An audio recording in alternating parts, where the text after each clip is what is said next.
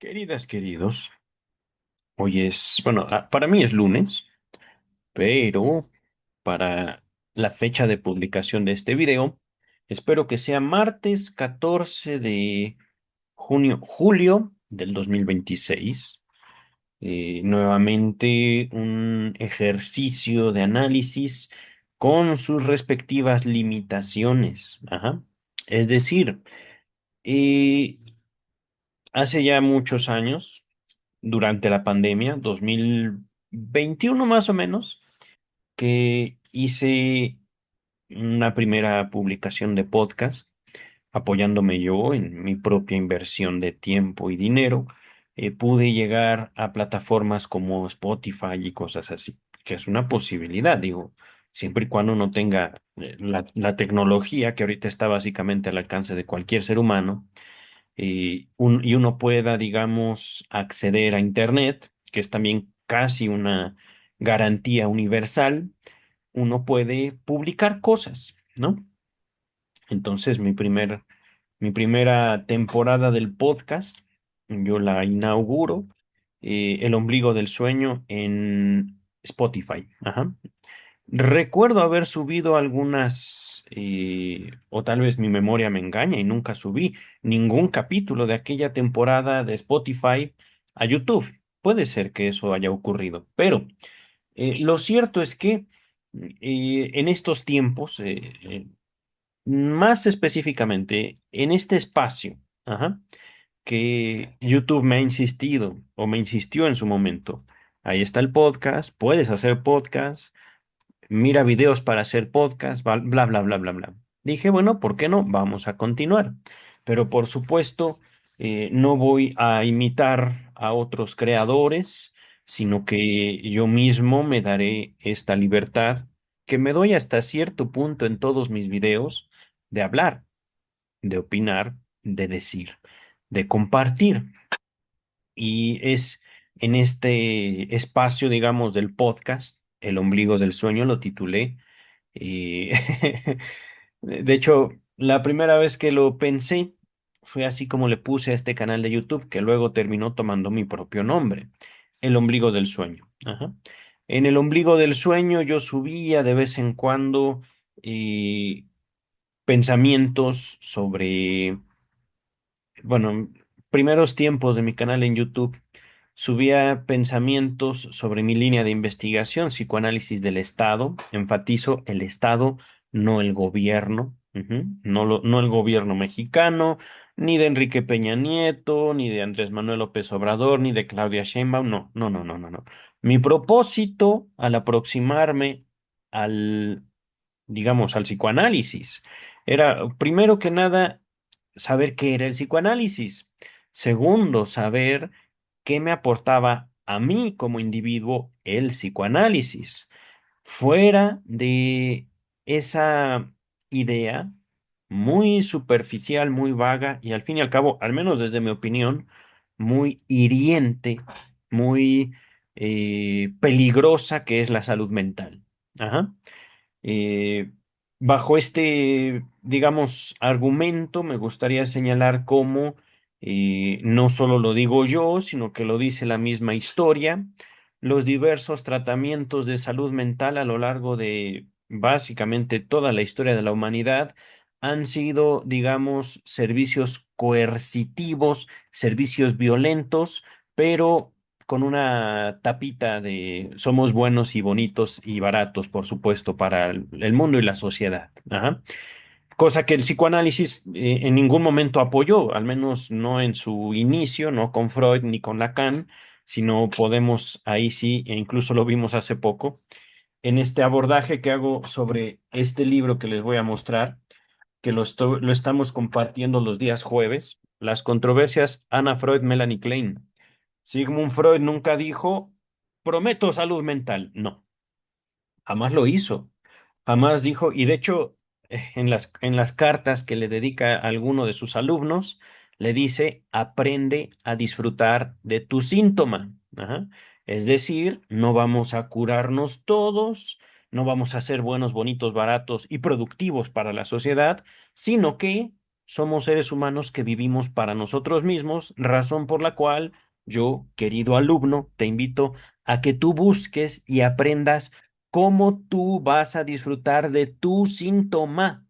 Nada de que curar, no, no, no. Gózate, gózalo. Pero, por supuesto, Freud muere. La misma Anna Freud fue una mm, impulsora, podemos decirlo, porque lo vimos en ese video donde estudiamos la presentación de los actores de las controversias. No es nada más Anna Freud, Melanie Klein, era todo un grupo que apoyaba a una facción o a otra facción dentro de la Asociación Británica de Psicoanálisis. Pero 1941, 1945 y por supuesto, para ese momento el psicoanálisis había llegado a todo el mundo, a todo, de forma tal que, incluso, aunque ustedes no lo crean, luego les presento las evidencias, para el momento de que Hitler amenazaba a toda Europa, hay gente que se preocupa por la figura de Sigmund Freud desde México. Y desde México, si mal no recuerdo, fue al presidente Lázaro Cárdenas, un cierto grupo de intelectuales le pide hay que brindarle asilo al doctor Sigmund Freud. Por supuesto, esto se hace fuera de la Sociedad Psicoanalítica de Viena, fuera del movimiento psicoanalítico, para cuando ya el gobierno mexicano intenta hacer algo por la figura de Sigmund Freud ya se había ido rescatado por Ernest Jones y Marie Bonaparte a Inglaterra, lugar donde muere. Ajá, pero, queridas, queridos, eh, me emociona mucho esta clase, digamos, de mm, tiempo, porque sin duda es un tiempo particular para mí en mi vida. Me emociona también el hecho de poder compartir todo esto de manera abierta y gratuita en YouTube. Me emociona que mientras yo estoy hablando, tengo mi laptop funcionando en un proyecto de minería de datos, que el proyecto no es específicamente de minería de datos, sino de un proyecto más grande y es un proyecto mío. Ajá. Me emociona que, así como estoy hablando con ustedes, envío currículums, ya sea de la carrera de psicología, ya sea con la experiencia de psicoanálisis, ya sea también con esta plataforma de YouTube como evidencia de mis capacidades, de mi trabajo, de investigación, de fundamentación, de argumentación, de presentación y construcción del psicoanálisis, no como un baluarte de la salud mental que no lo es sino como una herramienta al acceso libre de cualquiera que quiera buscar en el psicoanálisis primero lo que es, para lo que sirve, fuera de las políticas impuestas por la Organización Mundial de la Salud, por la Asociación Ana Freud, por toda esa gente que quiere dar salud mental, pero que ellos mismos no tienen salud mental. Ajá.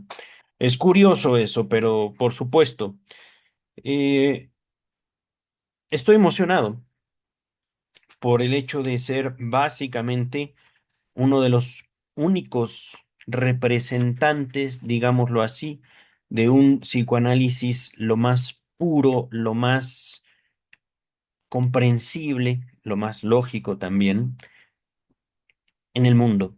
Ujú. Y no, no es malo esta clase de reconocimientos, aunque sean reconocimientos, queridas y queridos. Después de todo, mm, supongamos por un momento que estos nuevos valores que se construyen alrededor de el vacío que representa la salud mental para el resto del mundo, para las mismas autoridades. Supongamos por un momento que esos valores sean no solo válidos, sino también útiles para los individuos y para las sociedades. ¿En qué se basaría la autoestima si no es en el narcisismo? Si no es en la posibilidad de decir yo soy, yo quiero y yo tengo. Ajá. Porque bueno, queridas, queridos, si bien no solo pienso en mí, sino que cada interacción, cada video, me presento como un fuerte opositor a la política pública de salud mental. Yo mismo he de señalar cómo justamente el conocimiento no es un discurso que cualquier persona, por ejemplo yo, pueda imponer en la vida de otros seres humanos. Ajá. Eso no es ni mi ética, y que justamente quiero yo cimentarla en la ética del doctor Sigmund Freud, en la ética analítica. Ajá. Y una ética que tristemente, eh, digamos, no creo que en su tiempo lo haya dejado solo a Sigmund Freud, pero que sí es una ética y una lógica que tiene costos sociales principalmente. Ajá. Cuando pienso, por ejemplo, en la figura del doctor Sigmund Freud y en lo que se ha hecho de su disciplina, solo se me ocurre una palabra para describirlo: traición. No una traición de Sigmund Freud, sino una traición hacia la figura de Sigmund Freud por medio de muchas figuras que estuvieron junto a él gran parte de su vida adulta me refiero.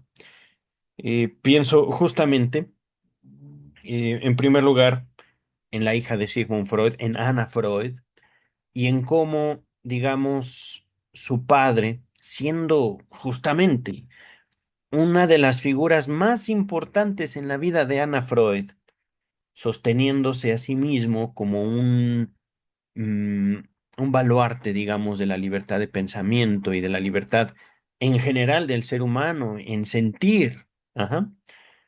Un ejemplo histórico, pienso, de la obra de Freud, de cómo se puede concebir dentro de una relación humana la libertad. Ajá.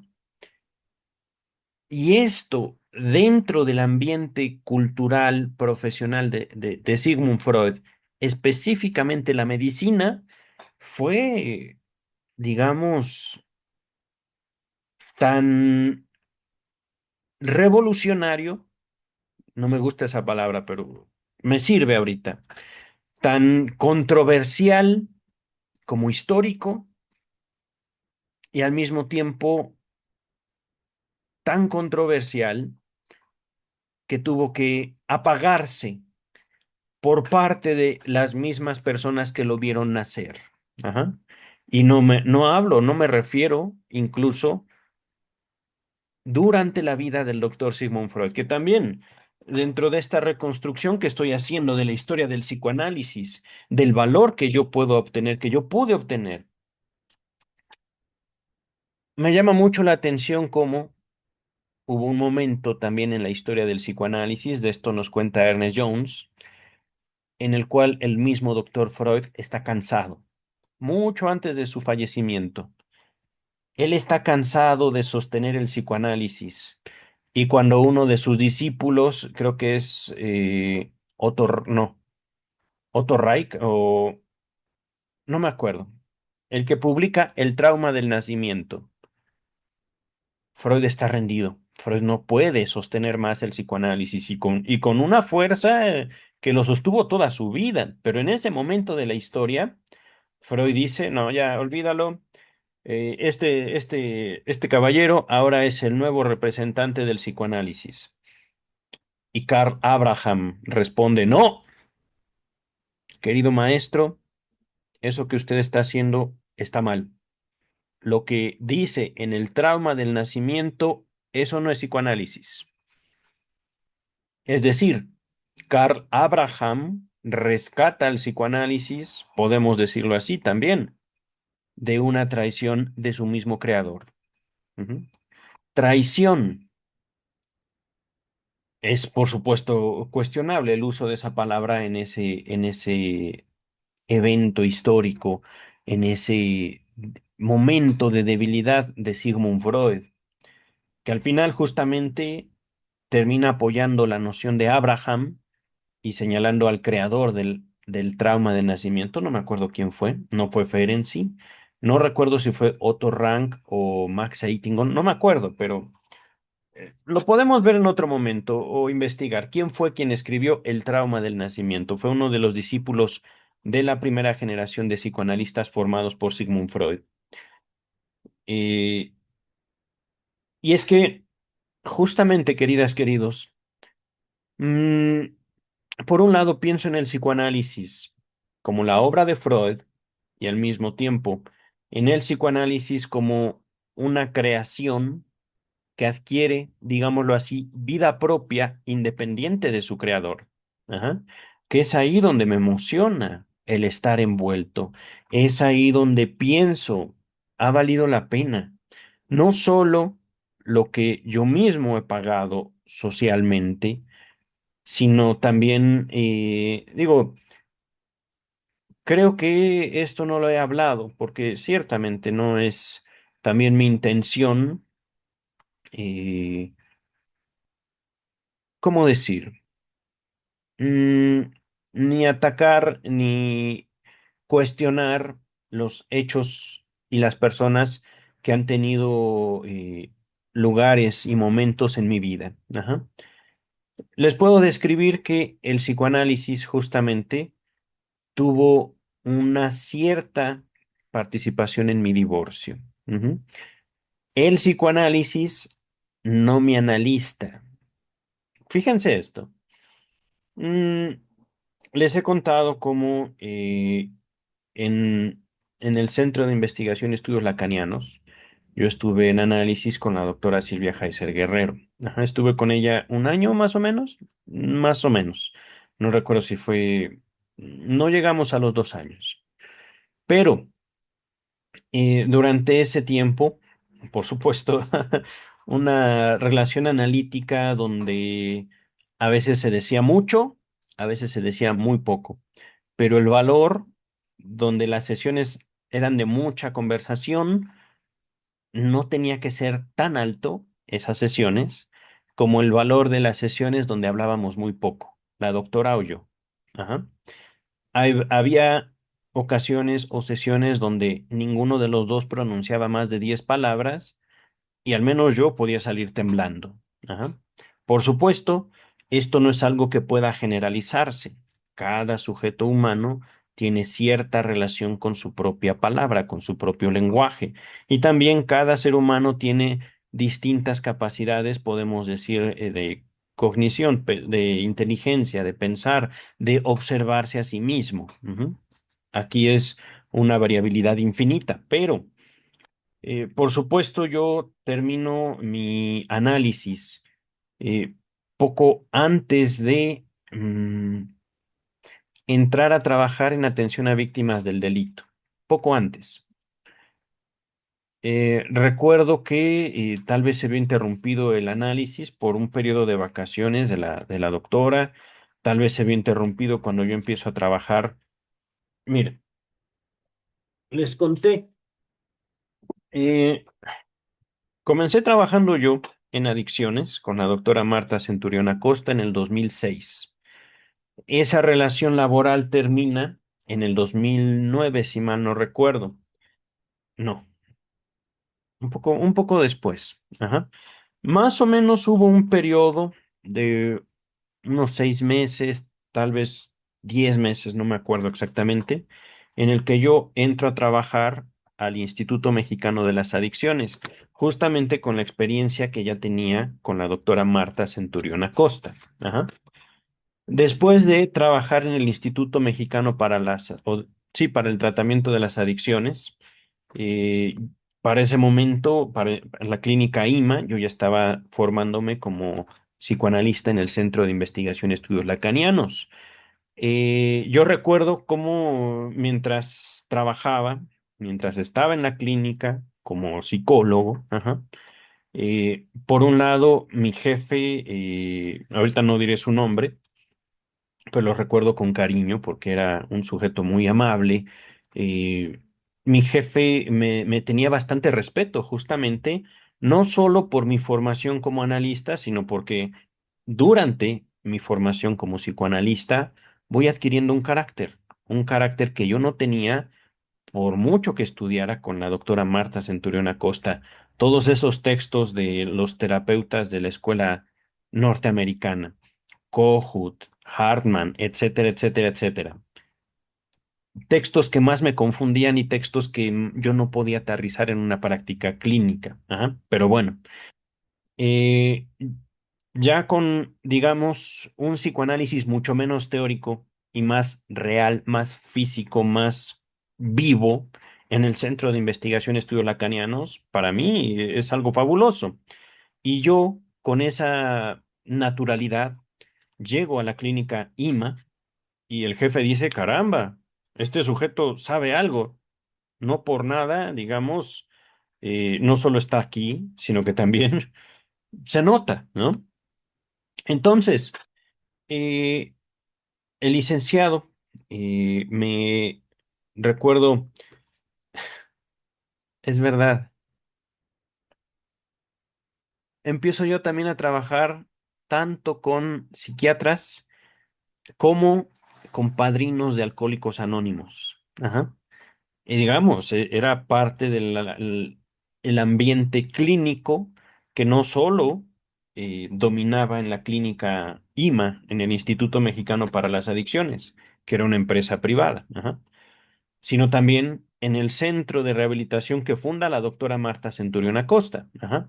Repito, ella como psicóloga, como con doctorado en psicoanálisis, tenía a su vez también contacto con médicos, psiquiatras, eh, y su colega, bueno, no, su correligionario, tampoco diré el nombre, iba con ella a la misma iglesia, una iglesia bautista aquí en la Ciudad de México, pero él tenía, digamos, el contacto con Alcohólicos Anónimos. Ajá. Entonces, desde que yo empecé a trabajar como psicólogo, mi primer trabajo, me acuerdo, ganaba 200 pesos a la semana y para mí era wow. Pero bueno, la inocencia. Eh, no daré mucho ya porque he dedicado al menos uno o dos capítulos en aquel periodo. Pero cuando llego yo a la clínica IMA, ya puedo yo no solo detener a ciertas personas, detener no legalmente, sino, espérate, ¿por qué eso? O espérate, eso no, por favor, no. Me acuerdo una vez, eh, digo, experiencias profesionales, ¿no? Trabajando en la clínica IMA, y trabajamos en la clínica en ese momento, yo, un enfermero y un psiquiatra. Del enfermero y del psiquiatra tampoco diré nombres, pero me acuerdo que nos divertíamos mucho, los tres. Ajá. Era una clínica bastante bien cimentada, digamos, metodológicamente, pero en algún momento dentro de la clínica recibimos a un paciente que por azares del destino, creo que, bueno, yo lo atiendo a este paciente. Ajá. Mm, Cuando este paciente me narra cómo había llegado ahí, yo como que no le creo. Al principio digo, oye, pero eso que me cuentas me suena más, no que tú tengas un problema de adicciones, sino que tu familia te violenta al meterte aquí. Él me dice, sí, es así, es justamente lo que quiero decir. Yo estoy, les repito, internado en contra de mi voluntad en una institución de salud, pero realmente yo fumo marihuana una o dos veces cada 3 o 4 meses. Yo dije, ¿y otra droga? No. A ver, pero cuéntame más. Y poco a poco, mi mamá, mi mamá, mi mamá, mi mamá, mi mamá. El paciente dice, ¿ah? Yo digo, no, no, es que no puede ser. Es que esto no es de ninguna manera un caso de adicciones, sino es más bien un caso de, y en aquel momento tampoco tenía una formación legal como la que tendría después, pienso, es más bien como una cuestión familiar, violencia familiar, pero en aquel momento, pues el sujeto estaba interno y yo como profesional, entre que les creía y como que no. Ajá. Ahí, digamos, hay veces que uno sabe que los pacientes pueden mentir con el afán de obtener eh, una aprobación del profesional médico, psiquiatra o psicológico para salir. Ajá. O bien están manipulándonos. Ajá. O bien nos están manipulando, nos están diciendo la verdad, hay que corroborar, hay que investigar más. Ajá.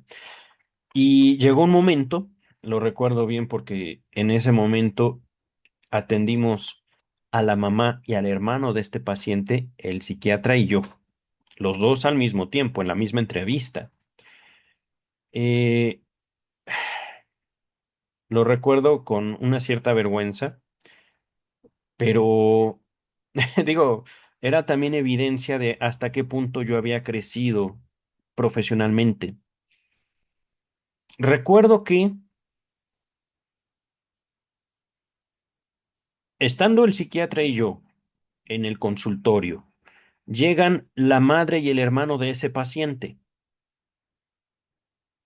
Por supuesto, un contacto primero, ¿qué tal? Muy buenas tardes, yo soy licenciado, está el doctor fulanito de tal, eh, y vamos a proceder a una entrevista simplemente porque queremos saber más del caso, queremos saber cómo ayudarlos a usted y cómo ayudar al paciente. Ajá.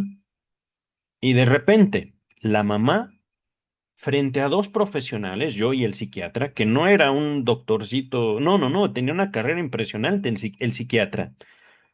La mamá domina la entrevista en menos de 2 minutos. Sí, pero es que bla bla bla bla bla bla bla bla bla bla bla bla bla y bla bla bla bla bla bla bla bla bla bla bla bla bla bla bla. De repente, la madre empieza a agredirnos verbalmente a los dos simplemente porque estábamos ahí.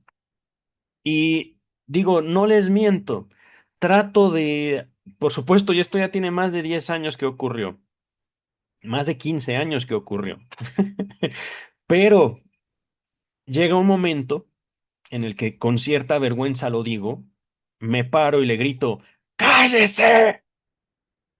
¡Basta!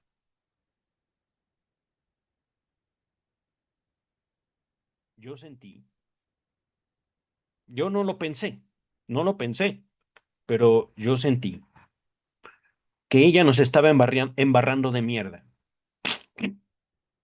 Ajá. Eh, la señora se queda. Uh".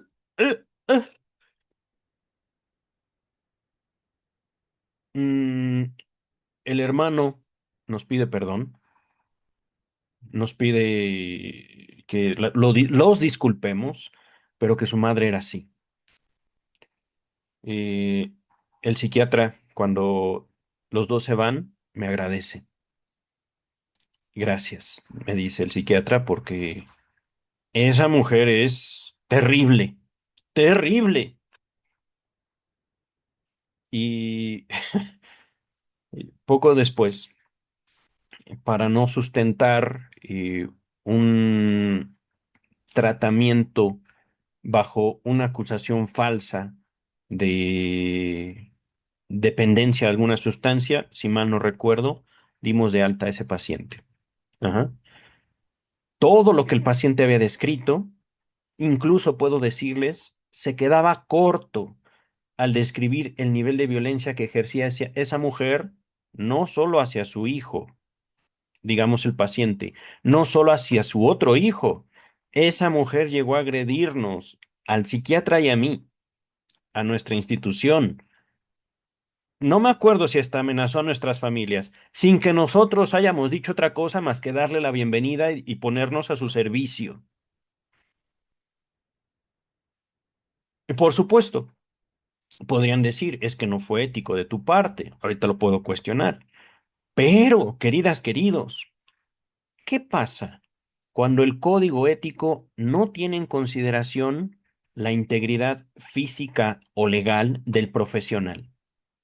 El paciente, que ese es Ese es un estudio pendiente que tengo para el canal, el estudio del código ético del psicólogo. El código ético gira en torno a la figura del paciente, no del profesional. Para el código ético del psicólogo, el profesional tiene que estar calladito y aguantar todo. Y por supuesto que hacer eso nos expone físicamente incluso a cualquier clase de agresión. ¿Por qué? Porque el código ético dice que el paciente es lo más importante del mundo. Falso, queridas, queridos. No podemos, digamos, en una relación entre seres humanos, señalar a uno superior y a uno inferior. Tienen que estar al mismo nivel los dos y vigilar no solo el código ético, sino toda ley por esa clase de equilibrio social. ¿Ah? Pero esto lo digo ya después de mucho camino ya recorrido después de aquella experiencia profesional en la clínica Instituto Mexicano para las Adicciones, que creo que ya no existe. Ajá. Sin embargo, pues justamente, eh, mire, Instituto Mexicano para las Adicciones. Salí de esa empresa en buenos términos. Recuerdo que siendo una empresa privada, me habían Me habían quedado a deber al menos 2 meses de sueldo, algo así. Tal vez lo estoy confundiendo con otra empresa, pero tenía yo algún tiempo sin pago y dije, no, no puedo estar así. Yo no voy a estar trabajando, invirtiendo tiempo y también exponiéndome durante los trayectos, con los pacientes, con los familiares de los pacientes. No, no, no, no, no. Fue en esa clínica donde yo recuerdo un caso que me espantó. Lo voy a poner así. Un sujeto alcohólico, él sí era alcohólico, que llega en un estado físico tremendamente crítico, urgente. Ajá.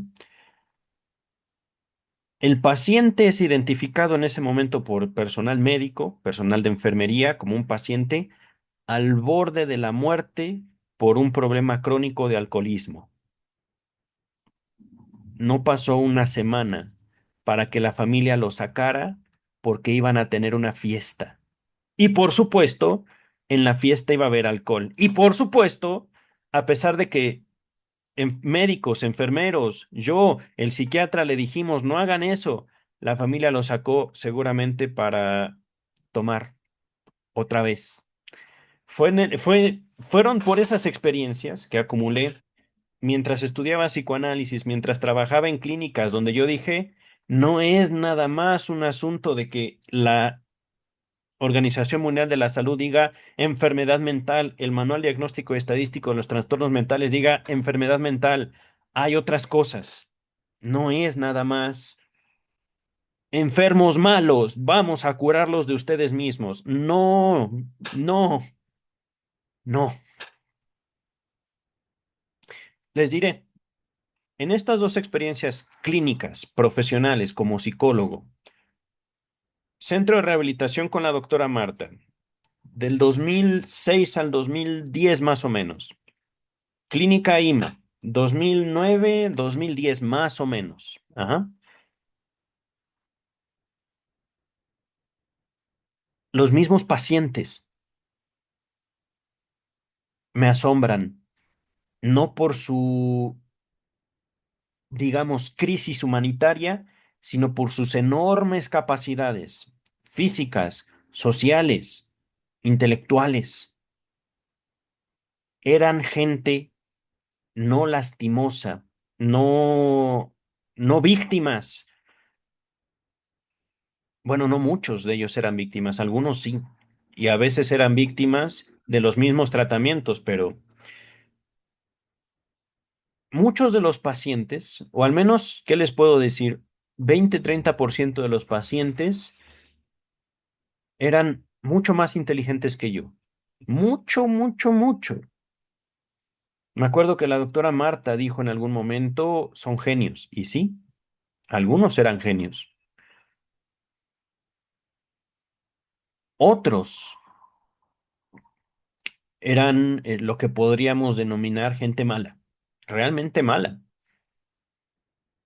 Yo no puedo dar un número exacto porque también ahí dependía mucho de aquellos, pero criminales que huían de la ley, criminales que estaban recluidos en tratamientos médicos, entre comillas, porque estaban huyendo, ya sea de la ley o de las consecuencias de sus propios actos. Ajá, que es natural.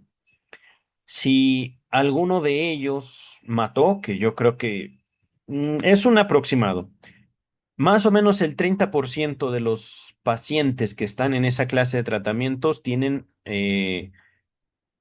algún, algún pasado criminal, eh, digamos, documentado o no documentado. Y eso tiene que ver mucho con la construcción de los actos legales, que ahorita no me voy a meter mucho en eso. Ajá.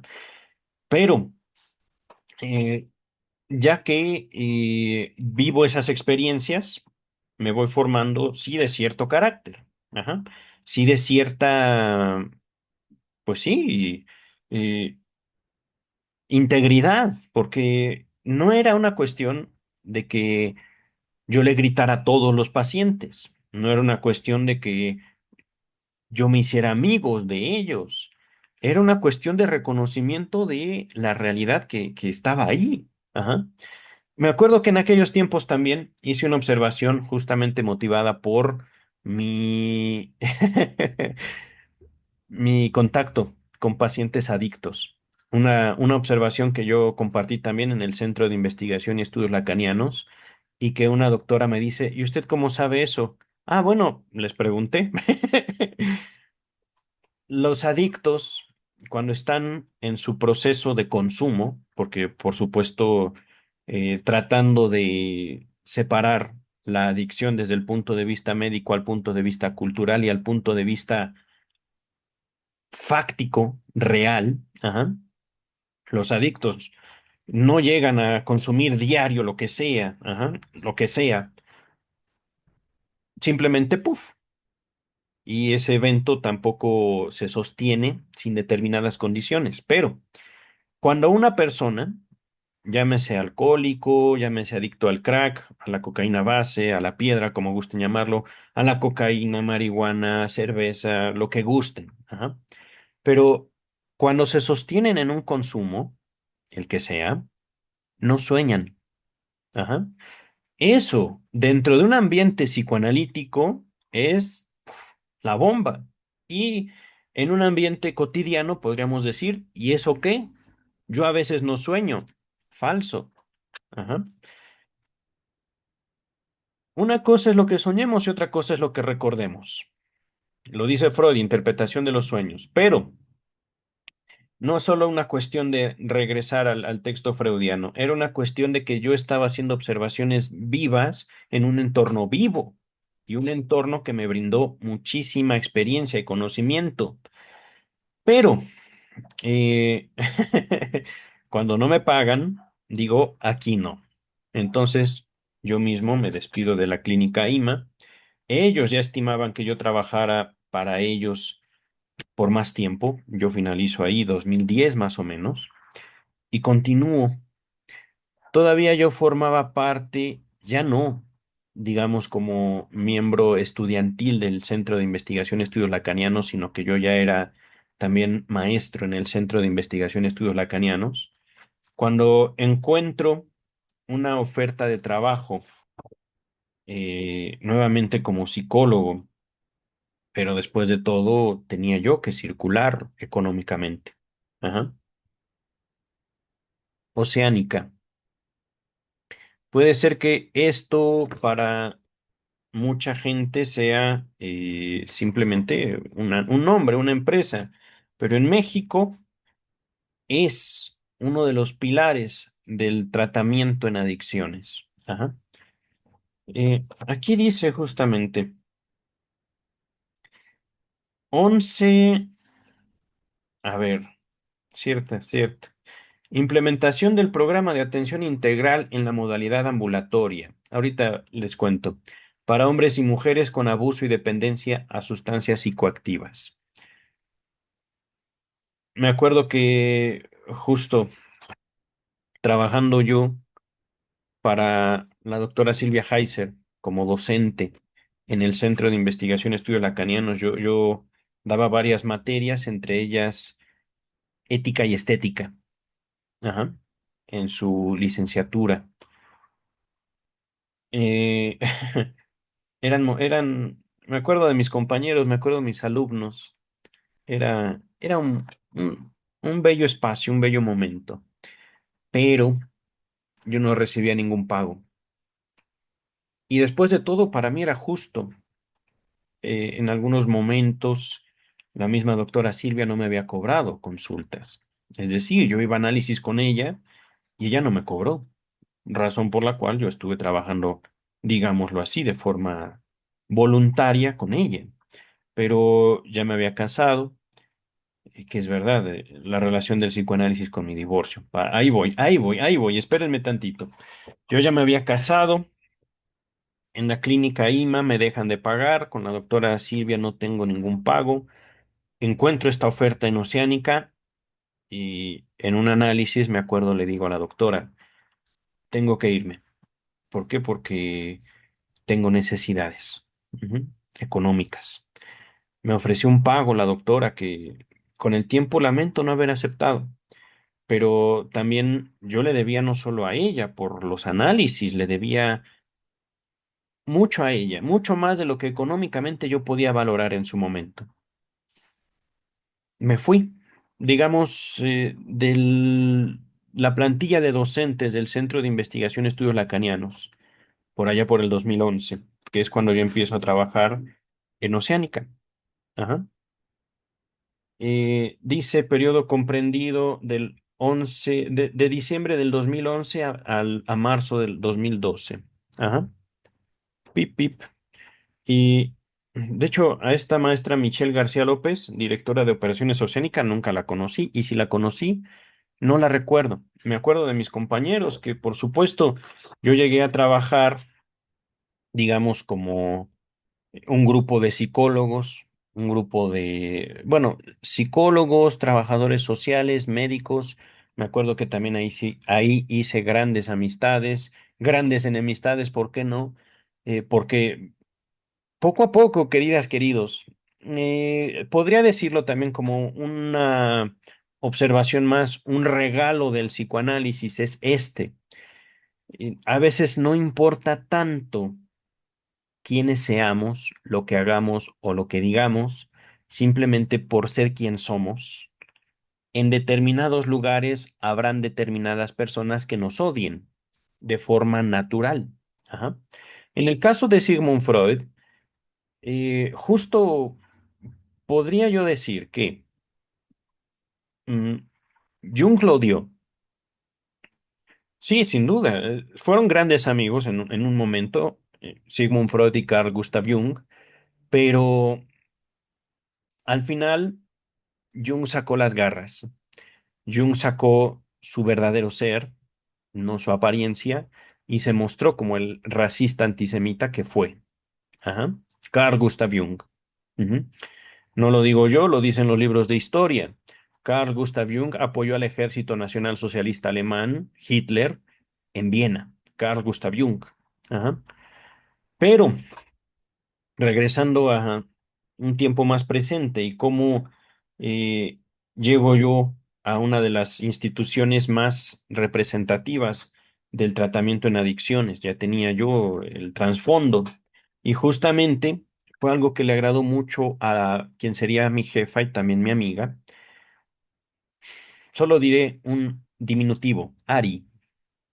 He conocido muchas Ariadnas, muchas Arisbets, no voy a decir el nombre de ella, pero me acuerdo que cuando nos entregó a mí y a mis compañeros esta constancia, cuando ella misma nos lo dio en la mano, ella estaba muy enojada.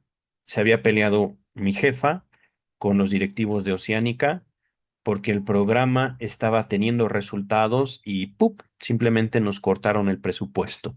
Ajá. ¿Qué hicimos nosotros? Les repito, no era nada más yo, éramos un grupo, más o menos 5 psicólogos, más o menos, eh, trabajadora social, médico y esperábamos a un padrino de doble A que nunca llegó. Al final, en ese programa, y justamente por mi gusto por el estudio, la lectura y por el trato con las personas, fui yo quien fungió como padrino de doble A, sin yo haber sido nunca padrino de doble A. Pero, y esto se lo decía a la gente, yo realmente no soy padrino. Yo tengo esta trayectoria, estos estudios, y aquí estoy. Bienvenido, bienvenida. Hagamos de este no una terapia de grupo, sino simplemente un tiempo para compartir y para buscar. Así lo ponía yo. No tanto buscar recuperarnos de nuestra enfermedad progresiva y mortal del alcoholismo, sino de otras cosas. Ajá. Que eso es también algo que al menos les gustaba mucho a los pacientes, a los asistentes que en primer lugar yo no imponía ninguna idea de que ustedes tienen que ser. No. De hecho, me acuerdo en aquel grupo, porque no nada más impartía este grupo de Alcohólicos Anónimos, que no era Alcohólicos Anónimos, sino que también tenía yo a mi cargo varias actividades. Y me acuerdo de un señor, ya viejito, adulto mayor, sumamente misógino, pero era una cuestión increíble. Eh, yo dije, no, yo no lo voy a corregir. Y se lo dije a él, si usted tiene esa libertad de venir a hablar en contra de las mujeres, que sean las mismas mujeres asistentes que hablen y que lo pongan a usted en su lugar. ¿Por qué? Pues porque yo no estoy ni para defenderlo ni protegerlo de quién es usted, ni de lo que usted quiere. Y no, hombre, pues este sujeto, este señor, ya grande, creo que fue a todas las sesiones, creo que fue a todas y por supuesto en cada una de ellas, pinches y pam, pam, pam, pam, pam, pam, pam, hacia las mujeres. Y por supuesto, las asistentes, que no era una, eran varias. No, no, no, no, no. ¿A dónde va usted, viejito? No, no, no, no, no. Eso que usted dice es una reverenda tontería. Ahorita lo digo suavecito. Pero digámoslo así, pude crear un ambiente familiar en medio de ese tipo de situaciones.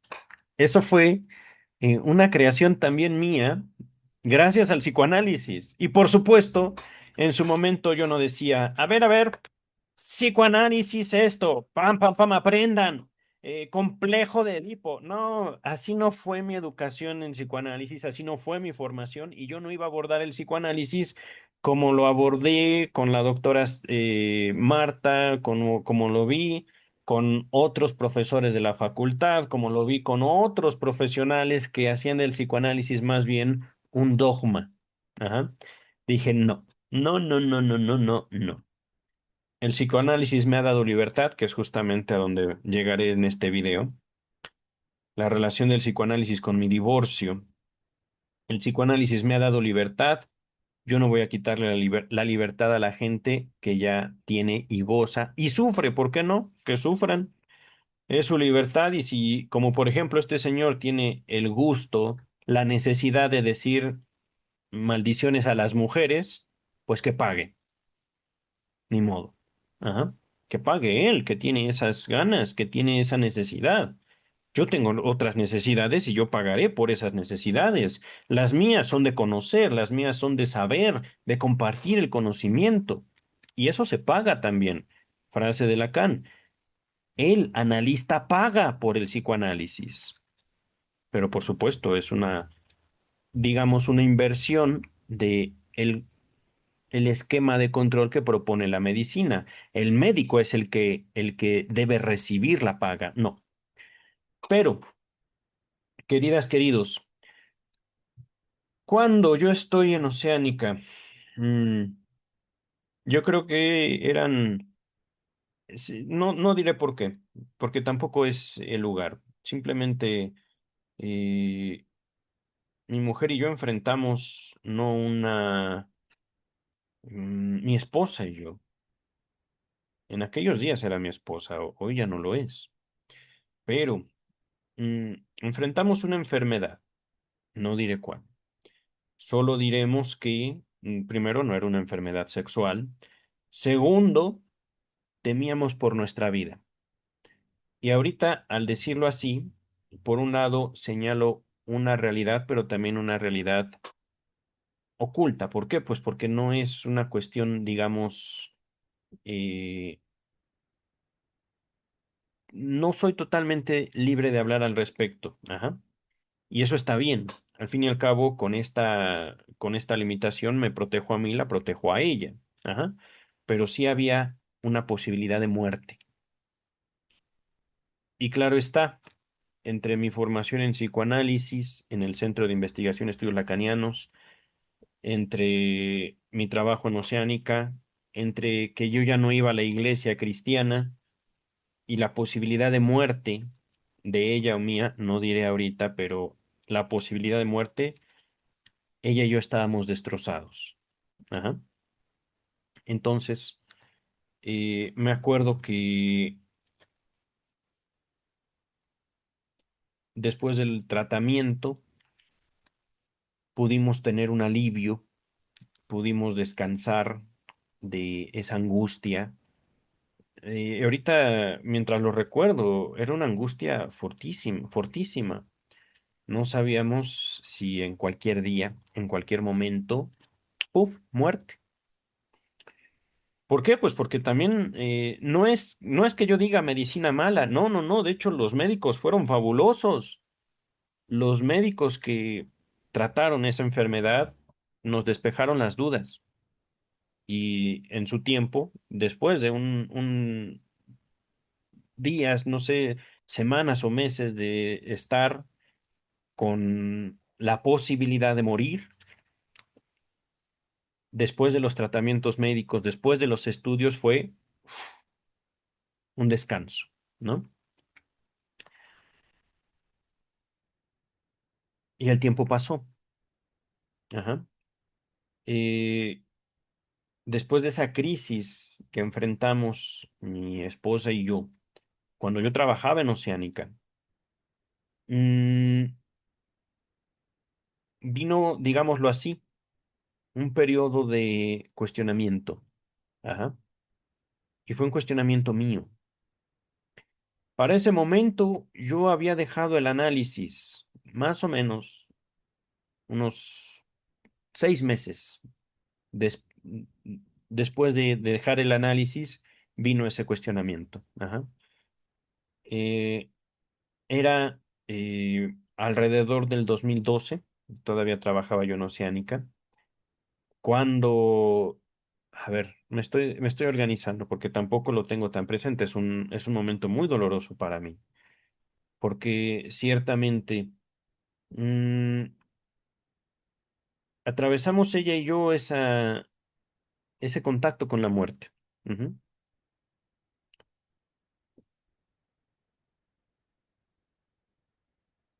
Vivimos un tiempo más en calma y poco a poco empezaron a aparecer fricciones.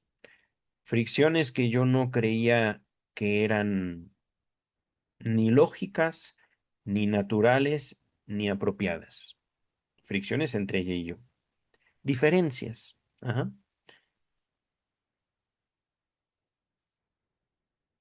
Repito, yo ya no estaba en análisis cuando en una discusión fui yo quien dice, no puedo más.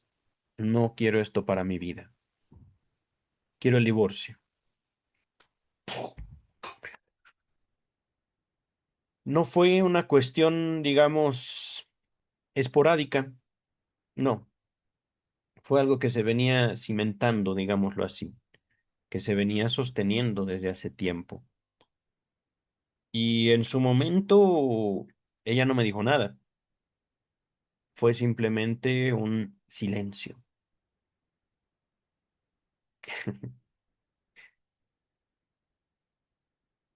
No diré más sobre ella, no diré más sobre, digamos, esos tiempos, pero lo que sí, Mm, ¿Por qué? ¿Por qué tiene relación con el psicoanálisis? ¿Por qué digo que el mismo psicoanálisis me costó mi matrimonio? Descarto primero. No que yo haya engañado a mi mujer o que ella me haya engañado. Simplemente diferencias, pum, esto no, es todo. Ajá.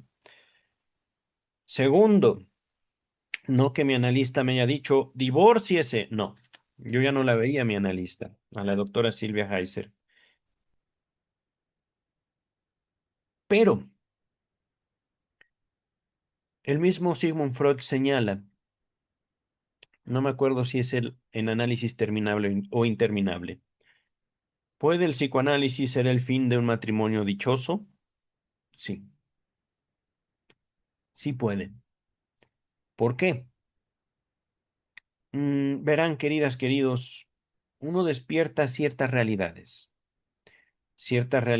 que tienen que ver con la conformación de nuestras redes de apoyo, por no decir redes sociales, porque eso se puede confundir con Facebook y estas plataformas. No, no, no. Me refiero a las relaciones que nosotros mismos hemos creado. Ajá. Para ese momento,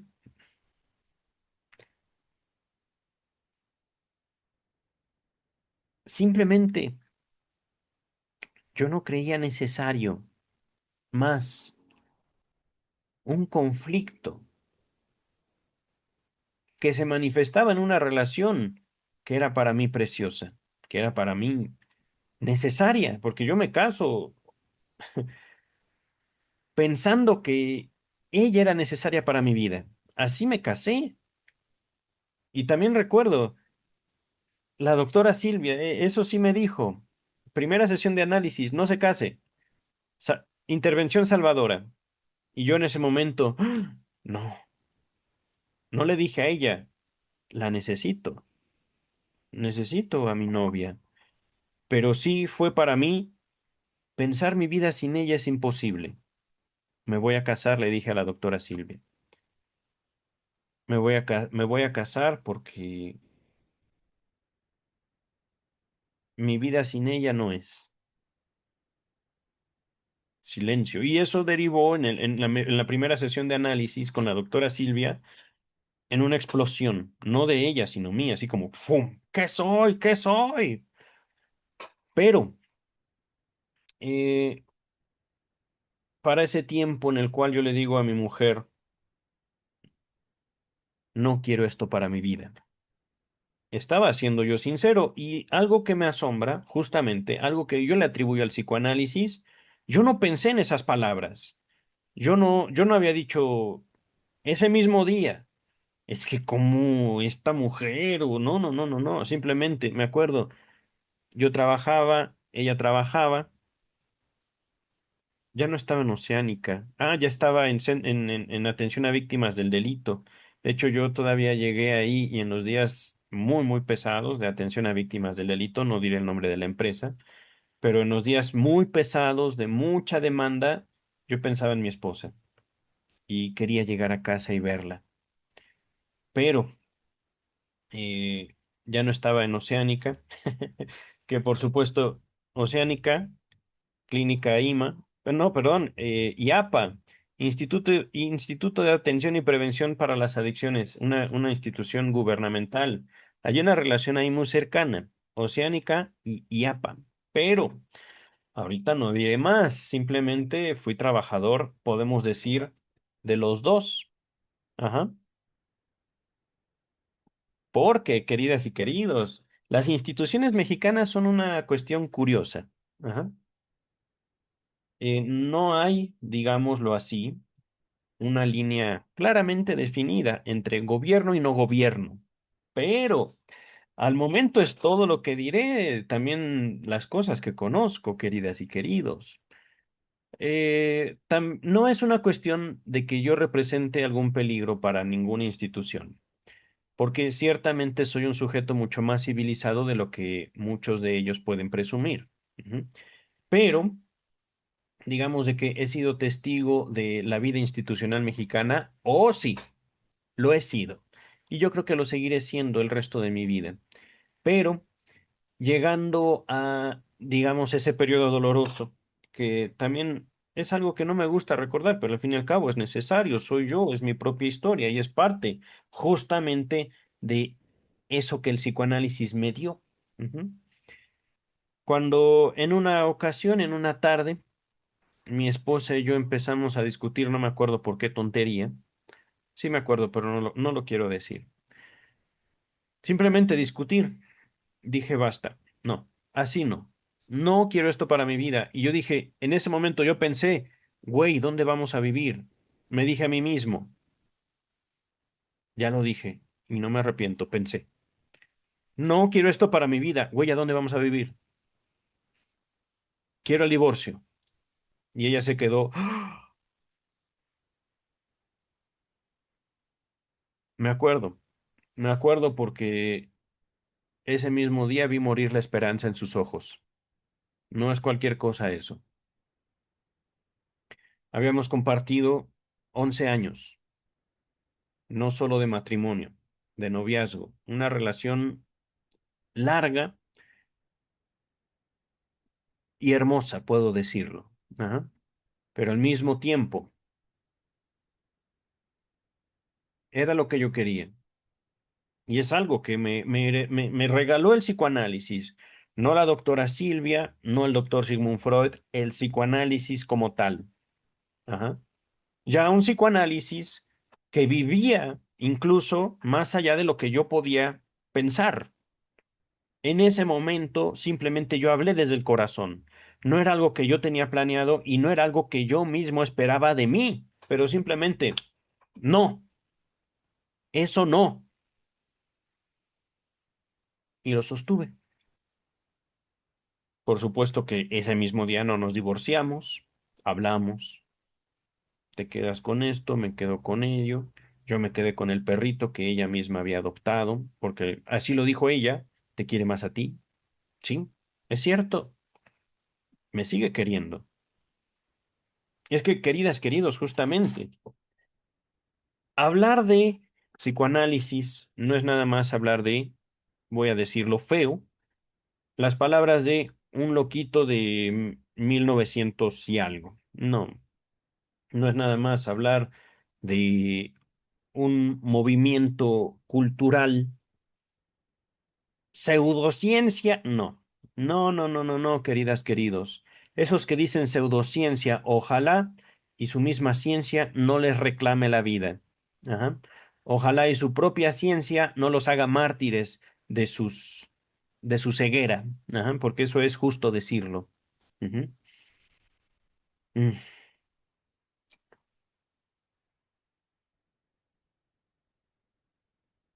A veces, y esto es parte de la ética analítica, uno llega con un analista queriendo decir una cosa y sale otra. Y está bien. Cuando nosotros queremos controlar nuestro decir, esperando obtener algo de nuestros semejantes, puede ser que calculemos mal. Puede ser que ni siquiera nosotros sabemos a dónde nos va a llevar eso. Ajá. Puede ser que la misma vida nos sorprenda y que nuestros semejantes, sin la necesidad de estar mal de sus facultades, de estar locos, simplemente piensen distinto a nosotros. Es la vida, queridas y queridos.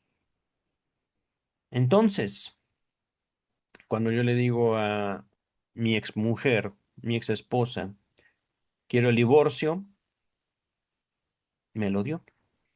No fue inmediato. Nos separamos físicamente más o menos una semana después, 15 días, no me acuerdo. Ah, es que duele, queridas y queridos.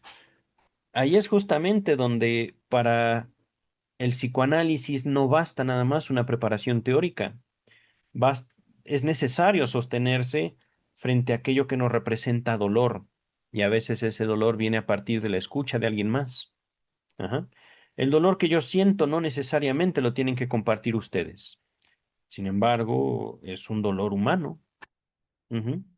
Y un dolor para el cual, digamos, no he pedido escucha analítica, pero es un dolor que yo acepto como necesario para mí y un dolor que no necesariamente es malo.